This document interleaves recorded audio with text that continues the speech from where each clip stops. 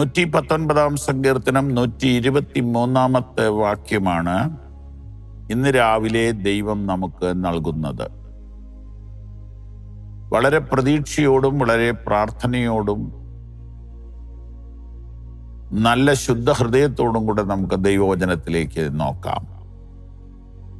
സംശയമോ അവിശ്വാസമോ അസ്വസ്ഥതയോ നിങ്ങളെ അലട്ടുന്നുണ്ടെങ്കിൽ അതൊന്നും സ്വാഭാവികമാണെന്ന് മറക്കണ്ട. അതൊക്കെ സ്വാഭാവികമാണ്, അങ്ങനെ എല്ലാവർക്കും ഉണ്ടായിട്ടുണ്ട്.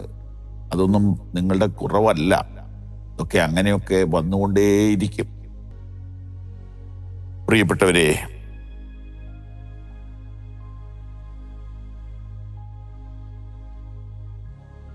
നമുക്ക് ക്ഷീണം വരാം. 119 സങ്കീർത്തനം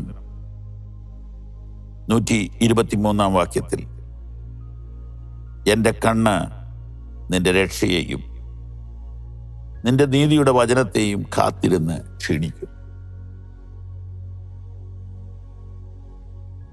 ദൈവവിശ്വാസികൾ ക്ഷീണിക്കുമോ? ദൈവദാസന്മാർ ക്ഷീണിക്കുമോ? പ്രഭാഷകന്മാർ ക്ഷീണിക്കുമോ? പ്രസംഗികന്മാർ ക്ഷീണിക്കുമോ? ക്ഷീണിക്കും. യിരെമ്യാവ് ക്ഷീണിച്ചു,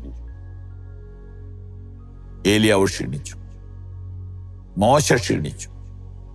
3 ഉദാഹരണം പെട്ടെന്ന് പറയാം. യിരെമ്യാവ് ക്ഷീണിച്ചിട്ട് പറഞ്ഞു, ഇല്ല, ഇനി ഞാൻ അവനെ കുറിച്ച് പ്രസംഗിക്കത്തില്ല, ഞാൻ മടുത്തു. ഏലിയാവ് പറഞ്ഞു, എൻ്റെ ജീവനെ അങ്ങ് എടുത്തോ, ഇത്രയും മതി എനിക്ക്. മോശ പറഞ്ഞു, ഞാൻ ഇവരെ ഒന്നും പ്രസവിച്ചതൊന്നും അല്ലല്ലോ, ഈ ജനങ്ങളുടെ എല്ലാം പരാതി കേട്ട് ഞാൻ മടുത്തു, പിറുപിറുപ്പും ചീത്തവിളിയും കേട്ട് ഞാൻ തകർന്നു. അപ്പൊ ഏലിയാവ് ക്ഷീണിച്ചു, മോശ ക്ഷീണിച്ചു.